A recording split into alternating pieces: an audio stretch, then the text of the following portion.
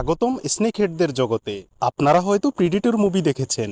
এই স্নেক হেডরা হচ্ছে অ্যাকুরিয়ামের প্রিডেটর, যাদের পরিবারের 56 প্রজাতি ভিন্ন ভিন্ন কালার, পার্সোনালিটি, বিহেভিয়ার প্রিডেটরদের মধ্যে আলাদা একটা জগৎ তৈরি করেছে। অ্যাকুরিয়ামের প্রিডেটর সিরিজের প্রথম পর্বে আজকে আপনাদের সাথে পরিচয় করিয়ে দেব এশিয়ার জনপ্রিয় স্নেক হেড চান্না অ্যান্ড্রাওয়ের সাথে।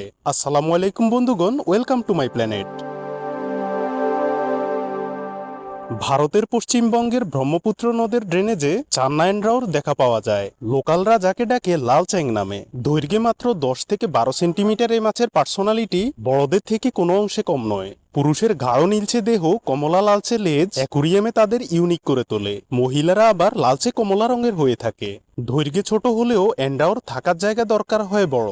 মিনিমাম 150 লিটারের অ্যাকুরিয়ামে ঢাকনা সহ তাদের রাখতে হয়। কোনো রকম একটু ফাঁকা দেখলেই পৃথিবীর আলো বাতাস নেয়ার জন্য এরা বাইরে চলে আসে। 20 থেকে 28 ডিগ্রি সেলসিয়াস তাপমাত্রায় মাঝারি আলোতে লালচ্যাং ভালোভাবে থাকতে পারে।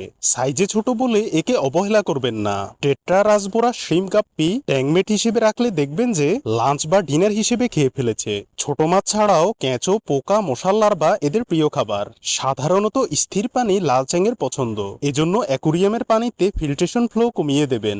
এরা দখলদার টাইপের মাছ, এলাকা দখলে রাখতে বেশ পছন্দ করে, তাই একাধিক পুরুষ মাছ একসাথে না রাখাই ভালো। এবার আসুন একটা মজার বিষয় বলি। চাইলে লালচ্যাংকে টেম করাতে পারবেন। ভয় না দেখিয়ে ধীরে ধীরে হাত থেকে খাবার খাওয়ানো শেখালে এরা তাদের মালিককে চিনতে পারে। নিয়মিত একই টাইমে ফিডিং করালে আপনার প্রতি তাদের একটা অ্যাট্রাকশন তৈরি হবে। তারপর ধাপে ধাপে প্রথমে টুইজার এবং পরে হাত থেকে খাবার খাওয়ানো শিখাতে পারবেন। পরিশেষে বলবো, মনস্টার ভ্যারাইটির মাছের মধ্যে চান্না অ্যান্ড্রাও সাইজে বেশ ছোট, কিন্তু ছোট দেখেই তাদের জাজ করে ফেলবেন না। এরা আকারে নিজের থেকেও বড় মাছকে ধাওয়া করতে পারে, তবে তাদের পার্সোনালিটি আপনাকে মুগ্ধ করবে, মনে হবে আপনার কাছের কেউ। আপনি যদি স্নেক হেডদের পছন্দ করেন, একটি লাইক দিন, কমেন্টে জানান আপনার অভিজ্ঞতা। চ্যানেলে নতুন হয়ে থাকলে সাবস্ক্রাইব করে পাশে থাকুন। ধন্যবাদ সবাইকে।